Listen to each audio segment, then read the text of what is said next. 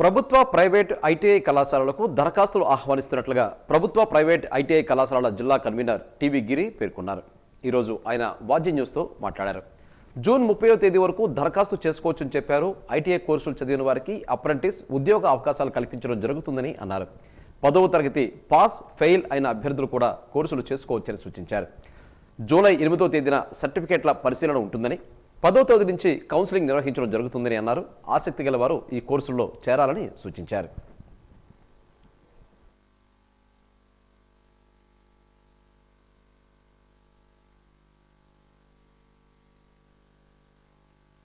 విజయనగరం జిల్లాలో 3 ప్రభుత్వ ఐటీఐలు ఉన్నాయి. బొబ్బిలి, రాజాం, విజయనగరం. అలాగే 25 ప్రైవేట్ ఐటీఐలు ఉన్నాయి. ప్రతి మండలంలో కూడా ప్రైవేట్ ఐటీఐలు ఉన్నాయి. మీ దగ్గరలో ఉన్న ప్రైవేట్ ఐటీఐల్లో కూడా మీరు సీటు చూజ్ చేసుకోవచ్చు. అక్కడ కూడా అన్నీ మీకు వైట్ కార్డు అది ఉంటే రీఇంబర్స్మెంట్ అది ఉంటుంది మీకు. కాబట్టి ఏంటంటే ఏ ప్రభుత్వ ఐటీఐ అయినా ప్రైవేట్ ఐటీఐ అయినా కూడాను ఒకే సర్టిఫికేట్ వస్తుంది. డీజీటీ వారు జారీ చేసిన సర్టిఫికేట్ వస్తుంది. కాబట్టి కంఫర్ట్గా ఉన్న ఐటీఐల్లోనే అందరినీ చేరవలసిందిగా కోరుతున్నాము.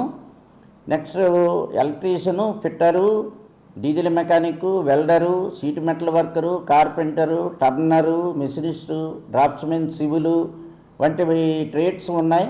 వీటన్నిటికీ కూడా ఆర్ఆర్బీలోని, స్టీల్ ప్లాంట్లోని, నేవల్ డాక్ యార్డ్లోని, హిందుస్థానీ ఏరోనాటిక్స్, అలాగే డిఆర్డిఓ వంటి ప్రముఖమైన కేంద్ర ప్రభుత్వ రంగ సంస్థల్లో కూడాను అప్రెంటిస్షిప్లు ఉన్నాయి.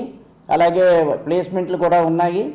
అలాగే చాలా పరిశ్రమలు, ఏ పరిశ్రమలు కూడా ఈరోజు ఐటీఐలనే, ముఖ్యంగా ఐటీఐ పిల్లలనే కోరుతున్నారు.